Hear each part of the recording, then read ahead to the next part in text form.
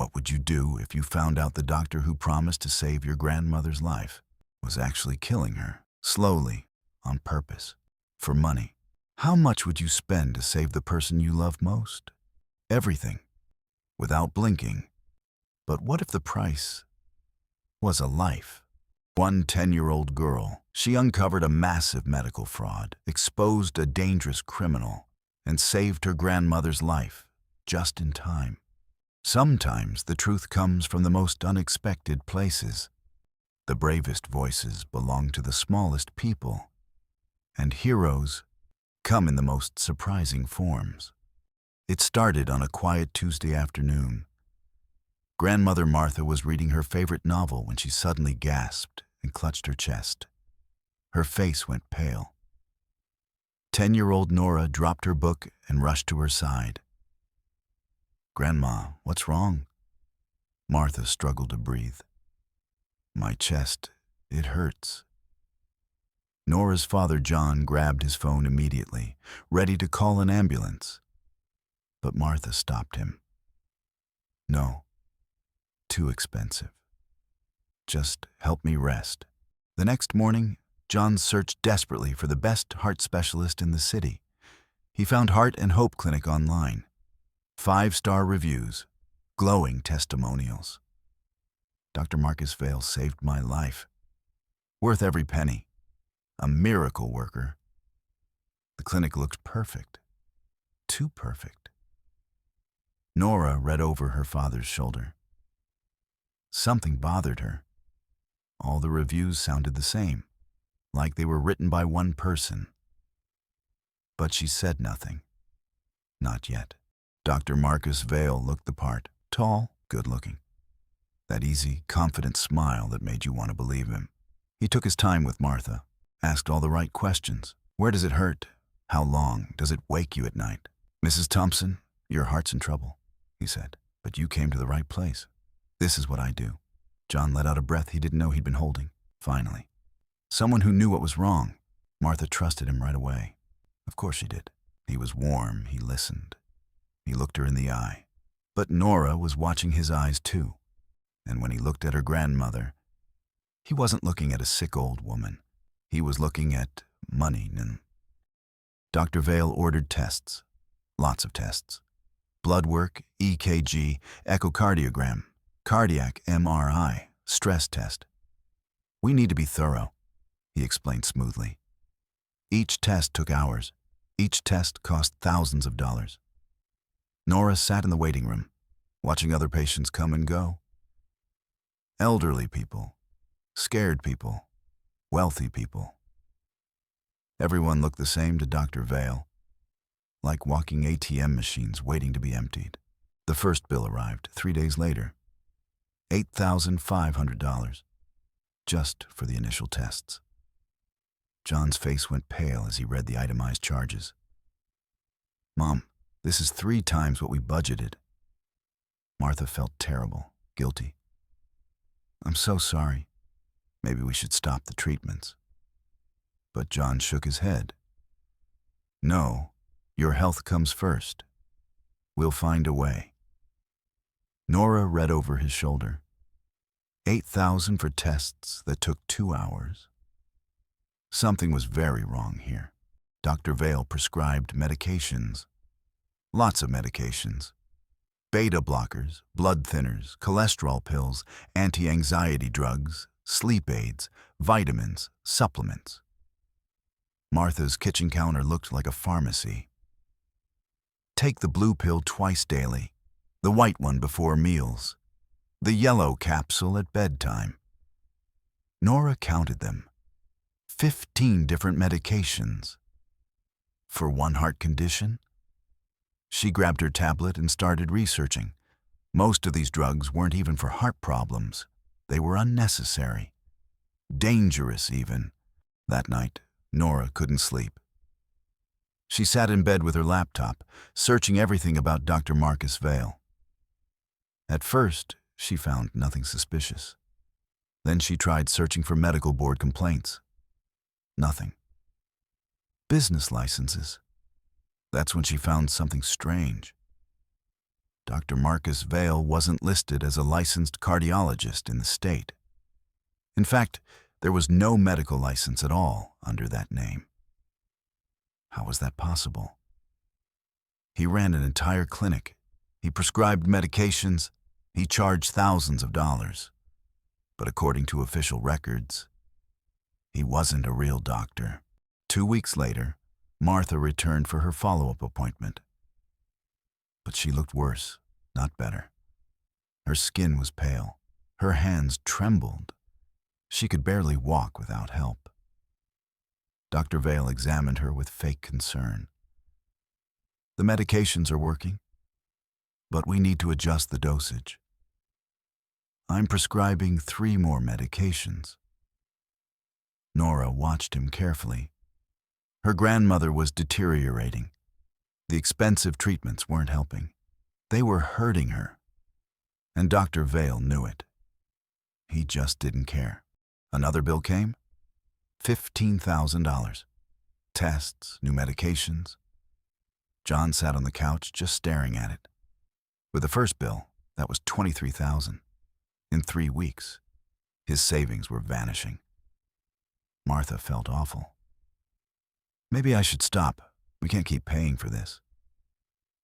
John forced a smile. Don't worry, Mom. You're worth it. But Nora saw the fear behind his eyes. They were being robbed, and nobody would listen to her. Nora couldn't stay quiet anymore. Caught her dad in the kitchen. Had to. Dad, I need to tell you something about Dr. Vale. I looked him up. He's not licensed. He's not a real doctor. John sighed. That tired sigh, work, bills, all of it sitting on him. Nora, this isn't a game. You can't just Google someone and decide they're a fraud. I'm serious. His name isn't on the medical board registry. The clinic's licensed. The staff are professionals. Grandma's getting treatment. He rubbed his face. Please, I can't handle conspiracy theories right now. The doctor knows what he's doing. Nora told her dad she was going to the library. She took 2 buses across town instead. Heart and Hope Clinic. She had to see it herself.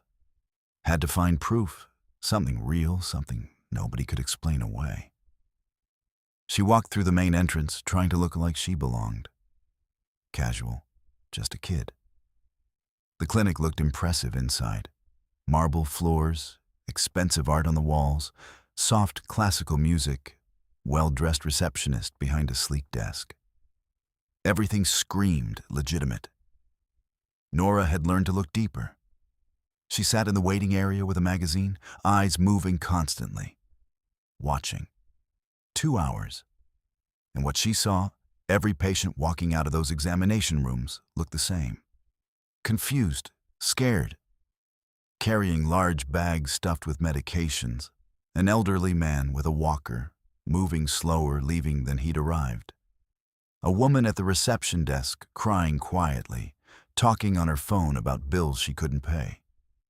A young couple arguing in hushed voices, treatments or bankruptcy, which one? Not a place of healing, something else entirely.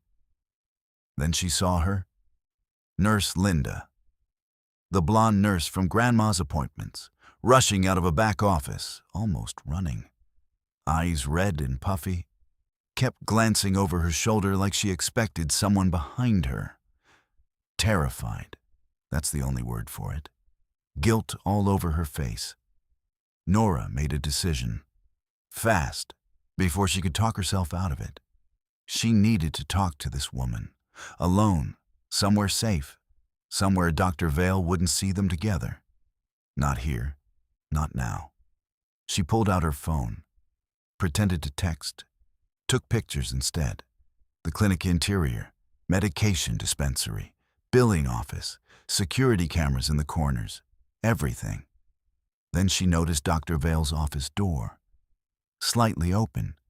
She could see him at his desk, counting cash, not checks, not receipts. Cash, hundreds of dollars in bills, stacked on the desk in front of him, smiling while he counted. That image burned in, stayed. Nora sat very still with her magazine and thought about what she was going to do next. Something her father would never approve of. Something that meant breaking rules, maybe putting herself at risk. But nobody believed her words. So she needed proof they couldn't ignore, couldn't deny. Her grandmother was getting worse every single day. Time was running out, was running. 20 minutes later, Nora needed the restroom. She heard it before she even pushed the door open. Crying, desperate, broken sobbing from inside. She pushed it open slowly. Nurse Linda, standing at the sink, gripping the edges with both hands, staring at herself in the mirror. Tears running down her face. Didn't notice Nora at first, too lost in whatever was happening inside her head. Whispering to herself, I can't do this anymore. I can't. Those people are dying. That old woman last week. Her kidneys failed because of the medications, and I just stood there. I just watched. Nora's heart was pounding so hard she could feel it in her throat. She cleared her throat. Quiet. Linda spun around, eyes wide, panicked. You're the little girl, Martha Thompson's granddaughter. I know something's wrong. Nora kept her voice steady, calm. I know my grandmother is getting worse, not better. And I know it's because of Dr. Vale. Linda's face went white. She looked at the door, then back at Nora. You need to leave, right now. If he finds out you're asking questions. Please. Nora stepped closer. My grandmother's dying. Those medications he's given her, they're poison, aren't they? Something collapsed in Linda's face. Fresh tears. She covered her mouth, fighting it. He's not a real doctor, she finally whispered. Barely a sound. He's a fraud. Bought fake credentials online. The equipment is mostly for show. The medications, some real, some sugar pills, some dangerous combinations that make people sicker so they keep coming back and paying more. Nora felt cold, all the way through. How many people has he hurt? Linda shook her head, crying harder now. Dozens, maybe more. I've tried to quit 3 times. He threatened me. Said he has evidence I'm complicit. That if he goes down, I go down with him. She wiped her face with the back of her hand. I'm trapped. Do you have anything? Documents, files, proof? Linda hesitated, long enough that Nora thought she'd lost her. Then she reached into her scrubs pocket and pulled out a USB drive. I've been copying files for months. Patient records, financial documents, medication logs, what he prescribed versus what people actually needed. She looked at Nora, really looked at her. I was too scared to go to the police myself. She pressed the drive into Nora's hand, small, lighter than it should be for what was on it. Please, stop him, before more people die. Linda's voice broke. Your grandmother? She's running out of time. Linda gripped her shoulders, voice urgent, desperate. Listen carefully. That USB drive contains everything. Patient files, people who came in with minor chest pain and left diagnosed with severe heart failure. Financial records showing he charges 15 to 20 times the normal rate. Medication logs proving he prescribes dangerous combinations on purpose. Kidney damage, liver problems, dependency, forcing patients back for more treatments. She stopped. 37 cases documented on that drive. 37 people. Nora stared at the USB in her trembling hand. Impossibly small, impossibly heavy. Why didn't you go to the police yourself? Linda's face twisted. Because I'm a coward. Because he has dirt on me too. I signed prescriptions, filed false insurance claims under his instruction, On paper, I looked just as guilty. Her voice dropped. But I can't live with this anymore. I see their faces every night. The woman who died last month from kidney failure. The man who had a stroke because Vale told him to stop his real blood pressure medication. The couple who lost their entire retirement paying for treatments they never needed. She wiped her eyes. But you're a child, a witness, not an accomplice. Your grandmother's case alone starts an investigation, combined with those files. She shook her head. He goes to prison for decades. Who do I take this to? Linda pulled out her phone, wrote quickly on a paper towel. Detective Sarah Martinez, Fraud Division, specializes in medical fraud. Tell her everything. She'll protect you. Nora took the paper, folded it carefully, tucked it in her hoodie pocket with the drive. What happens when he finds out the files are missing? Linda's smile was sad, resigned. I'll deny everything. Say my computer was hacked. Pause. Honestly, I don't care anymore what happens to me. I just want him stopped before he kills someone else. She looked at Nora hard. Your grandmother doesn't have much time if she keeps taking those medications. 2 weeks, maybe less. You need to move fast. That night, Nora couldn't sleep. Sat at her desk, laptop open, USB drive plugged in, hands shaking as she opened the first folder. What she saw made her feel sick, actually physically sick. Patient records, dozens of them. Same story, over and over. Elderly patients coming in with minor complaints, slight chest discomfort, occasional dizziness, normal stuff. The kind of things that come with getting older. But Dr. Vale's diagnoses read like something else entirely. Severe congestive heart failure requiring immediate aggressive treatment. Critical coronary artery disease with imminent heart attack risk. Advanced cardiac arrhythmia necessitating multiple medications and procedures. Every diagnosis exaggerated, every treatment plan excessive, every bill astronomical. Nora clicked through case after case. Mrs. Eleanor Chen, 78, came in with mild fatigue, left with 14 prescriptions and a bill for $32,000. Died 3 months later. Liver failure from medication interactions. She stopped on that one for a moment. Mr. Robert Walsh, 81. Routine checkup. Dr. Vale convinced him he needed an expensive cardiac procedure.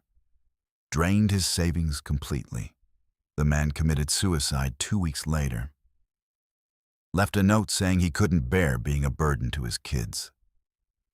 Nora sat very still, then kept reading. The financial records were next. She wasn't great with accounting, but didn't need to be. The pattern was obvious. 15, 20 times higher than standard medical rates. A basic EKG, $200 normally, billed at $4,000. Blood tests, $100, charged at $3,000. Medications marked up 10 times their actual price.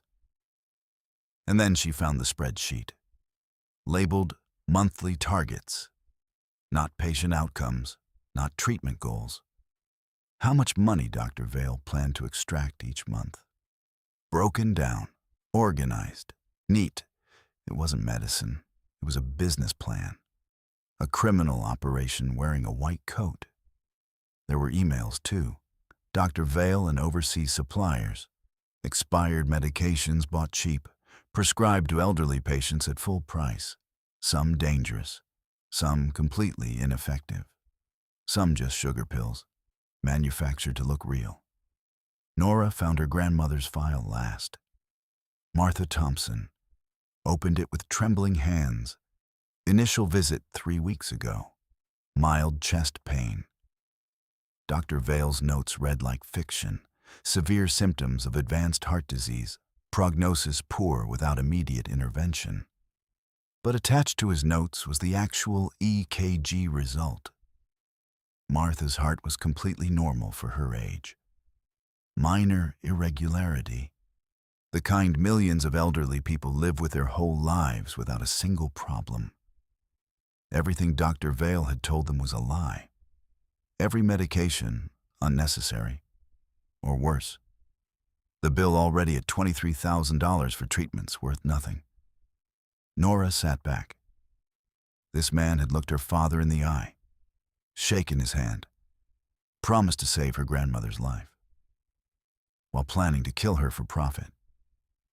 The rage came up slow, and then all at once. She copied everything onto 3 separate USB drives. One for herself, one for the detective, one hidden somewhere safe, in case something happened to the others. Then she started making her plan. 2 in the morning. Her father burst through her bedroom door, face white. "Nora, get dressed, now! Grandma collapsed." Ambulance already on the way. They rode to the hospital in silence. Nora's hand in her hoodie pocket the whole time, fingers around the USB drive. Emergency room. Doctors already working on Martha when they arrived. She looked so small on that bed. Machines, monitors, skin pale gray, breathing shallow. Doctor approached with a grim expression. "Mr. Thompson, your mother is in critical condition. Appears to be acute heart failure, but there's something very concerning. Her blood work shows dangerous levels of multiple medications. Some of these should never be prescribed together. They're causing severe organ stress." John shook his head. Her cardiologist prescribed all of those. Dr. Marcus Vale, Heart and Hope Clinic, 3 weeks. Doctor's expression darkened. "We've had 3 other patients this month. Same symptoms, same clinic." He paused. "How much have you paid for her treatment?" $23,000, John said quietly, voice breaking. The doctor's face went hard. "Mr. Thompson, her heart is actually in relatively good condition for her age. She doesn't have severe cardiac disease.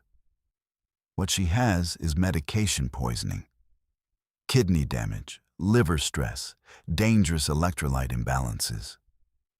If she'd continued much longer, she would have died. Not from heart disease." He stopped. "From the medications meant to treat it." John staggered back like he'd been hit. "That's... Vale is respected. 5-star reviews. He showed us the test results. Falsified. Firm. I believe your mother has been the victim of medical fraud. I'm legally required to report this." Nora stepped forward, pulled the USB from her pocket with shaking hands. "I have evidence." Both men turned. "What?" her father whispered. "Proof." Steadier now. Carrying this alone for weeks had made her voice stronger somehow. Patient files, financial records, emails, everything showing Vale deliberately made patients sicker to steal their money. She looked at her father. "I tried to tell you, Dad." John dropped into a chair, head in his hands. The doctor knelt to Nora's level. Looked at her, really looked. "Young lady, may I see that?" She handed it over. "There's a detective, Sarah Martinez, Fraud Division. She specializes in medical fraud." Nora's voice didn't waver. "We need to call her tonight. Before Vale finds out the evidence is missing and runs." Doctor went through the pill bottles one by one, expression darkening with each one. "This is criminal." Voice quiet, shaking with rage. "This combination causes kidney failure. These 2 interact dangerously. And this one," he held it up, "isn't even approved for cardiac patients. It's an antipsychotic, no business being in a heart treatment plan." John looked like he might be sick. But Vale said, "Vale is either incompetent or deliberately poisoning patients." He set the bottle down. And based on what your daughter's telling me, I suspect the latter. Sicker patients come back more often. More visits, more money. He picked up his phone. I'm calling Detective Martinez now. This can't wait until morning. 20 minutes. Martinez walked in sharp-eyed, 50s, no nonsense. Plugged the USB into her laptop right there in the waiting room. Watched her face change, curious first, then horrified, then furious. She looked up. This is one of the largest medical fraud cases I've ever seen. Patient records, financial documents, email trails, it's all here. With your grandmother's case on top of this. She closed the laptop. We have everything we need for arrests and warrants. She looked at Nora, really looked at her. Young lady, you may have just saved dozens of lives. Pause. Including your grandmother's. Next morning. Police station, detective's office. Nora sat across from Martinez, father beside her, and told everything from the beginning. All of it. How she first noticed something wrong in Vale's eyes when he looked at her grandmother. Not concern, something else. How she searched online and found no medical license anywhere. How she tried telling her father and got dismissed. How she took the bus to the clinic alone. Found Nurse Linda crying in a bathroom, broken open by guilt. How Linda confessed, handed over the drive. Martinez listened, stopped occasionally for specific questions, pen moving across her legal pad. When Nora finished, the detective sat back. 23 years investigating fraud cases, she said finally. I have never encountered a 10-year-old who conducted detective work this thorough. You gathered evidence more carefully than some of my trained officers. Documented everything. Verified sources. Protected the chain of evidence. She shook her head. Remarkable. She turned to John.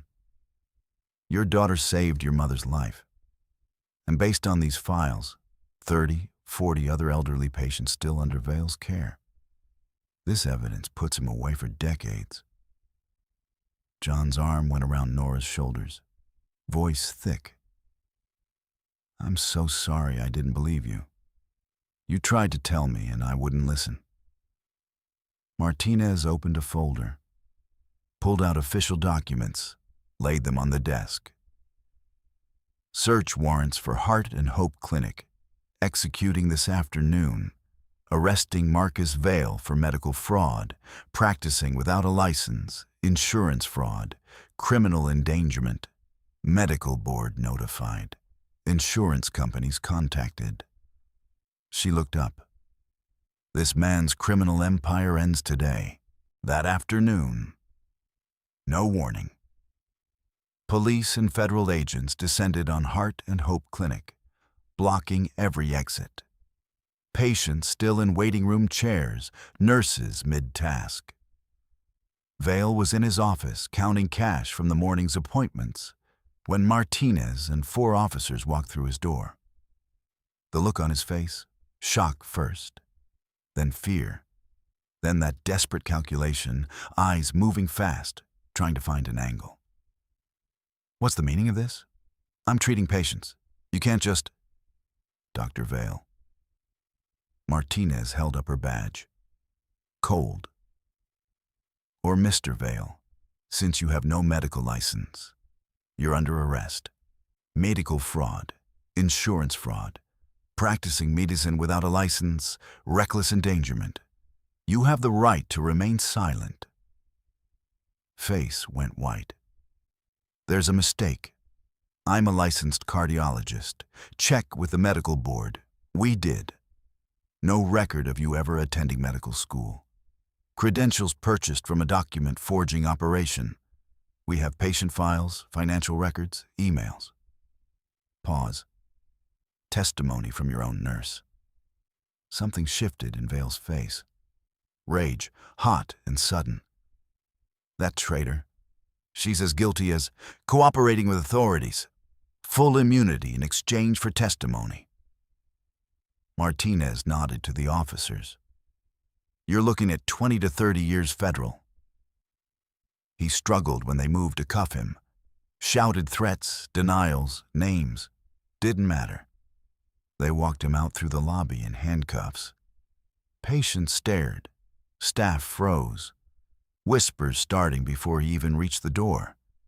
It was over. 6 weeks later, Marcus Vale stood trial. Courtroom packed. Every seat taken. Victims, families, reporters crowded along the back wall. 47 patients whose lives he'd systematically destroyed. Some came in wheelchairs. Some were helped in by their children. 3 families came alone because the person they were there for hadn't survived long enough to see this day. Vale sat at the defendant's table in an orange jumpsuit and handcuffs. No expensive suit, no charming smile, no marble floors or classical music or well-dressed receptionist to hide behind. Just a man in a small chair looking smaller than Nora had expected. The prosecution took 3 days. Nora's USB drive, Nurse Linda's testimony, her voice shaking but steady, everything she'd been too scared to say for years finally coming out in that courtroom. Medical experts walking the jury through Vale's fake diagnoses, his dangerous medication combinations, the deliberate, calculated way he'd made people sicker to keep them paying. Mrs. Chen's daughter sat in the second row and cried through most of it. Mr. Walsh's son never cried once. Just sat there with his jaw set, staring at the man who'd taken his father's savings and then his life. Nora watched Vale's face during the testimony. Looking for something? Remorse, maybe. Guilt? Nothing. Just a man calculating his odds. The jury deliberated 3 hours. 3 hours for 47 victims, 3 deaths, years of fraud, manipulation, suffering. 3 hours. Guilty on all counts. Medical fraud, practicing without a license, insurance fraud, reckless endangerment, manslaughter, 3 counts. The judge took her time with the sentence, looked at Vale directly when she delivered it. 32 years, federal prison, no possibility of parole. The room exhaled all at once. Someone behind Nora made a sound, not quite a sob, not quite a laugh. Both at the same time, maybe. She didn't turn around to see who. As the guards moved in, Vale's eyes swept the gallery, landed on Nora. She didn't look away, didn't flinch, just looked back at him. This man who had counted cash at his desk while her grandmother was getting sicker, who had shaken her father's hand and lied to his face, who had looked at 47 vulnerable people and seen nothing but money. He looked away first. They led him out. And the courtroom erupted. Applause starting somewhere in the back and spreading forward until the whole room was on its feet. Mrs. Chen's daughter was hugging a stranger. Mr. Walsh's son finally let his face go. Nurse Linda, sitting near the front, put her head in her hands and cried in a way that looked like relief and devastation at the same time. Nora sat still in the middle of all of it. Thought about her grandmother at home, getting better now. Real doctors, real medications, color coming back into her face. Thought about the USB drive in the bathroom. Linda's shaking hands pressing it into hers. Thought about her dad, who hadn't believed her at first, who believed her now, who'd held her for a long time the night the arrest made the news and hadn't said anything, just held on. Justice had won. She had won. 10 years old. 2 buses across town and a USB drive, and refusing, just flat out refusing to let it go. The applause kept going. Nora let herself smile. 3 months later. Martha in her favorite chair, novel open, tea steaming beside her, Real color back in her face, not the gray, not the pallor. Her. Strength back in her hands, in her voice. Doctors had taken it slow, weaned her off everything, one medication at a time. Treated the damage Vale had left behind. Kidneys recovered, liver healed. She was herself again. Nora on the floor beside her. Homework spread out, pencil in hand. Not really working, just there. Close. This woman she'd fought so hard for, alive and reading and occasionally muttering at her novel. Enough. John came through the door, loosening his tie. Stopped in the doorway and took it in. His mother, his daughter, afternoon light, tea steam. Smiled. How are my favorite ladies? Martha looked up over her glasses. Your daughter got an A. Medical ethics. Eyes bright. Wonder where she got interested in that topic. Laughter. Easy, real. Vale was in federal prison, 26 years. Nurse Linda working with authorities, tracking down every patient. 37 cases, each one being contacted, helped. Heart and Hope permanently shut down. Insurance companies refunding families. Slow, but happening. And Nora. City recognition, police commendation, newspaper story. 10-year-old takes down medical fraud ring. She'd been embarrassed by most of it. Didn't feel like a hero. Just felt like someone who'd done what needed doing. The real reward was in that chair. Sipping tea. Alive. Martha reached down, squeezed her shoulder. Thank you for not giving up, even when nobody believed you. Nora looked up. I'll always fight for the people I love, Grandma. Meant it. Not because it sounded good, because it was just true. Settled. Certain. Outside, ordinary Saturday. Neighbors, lawn mowers, kids on bikes. World completely unaware of what had happened inside this house these past 3 months. Inside, something permanently different. John in his work shirt, newspaper. Martha turning pages. Nora chewing her pencil, staring at a math problem she wasn't really seeing. Normal? Better than normal. The kind of afternoon you don't notice until you've almost lost it. Martha glanced down. Soft. You know what the best part is? What? Getting to watch you grow up. Squeeze. That's everything, sweetheart. Absolutely everything. Nora leaned her head against her grandmother's knee. Afternoon light moved slow across the floor. 3 people. 1 family. Grateful for ordinary things.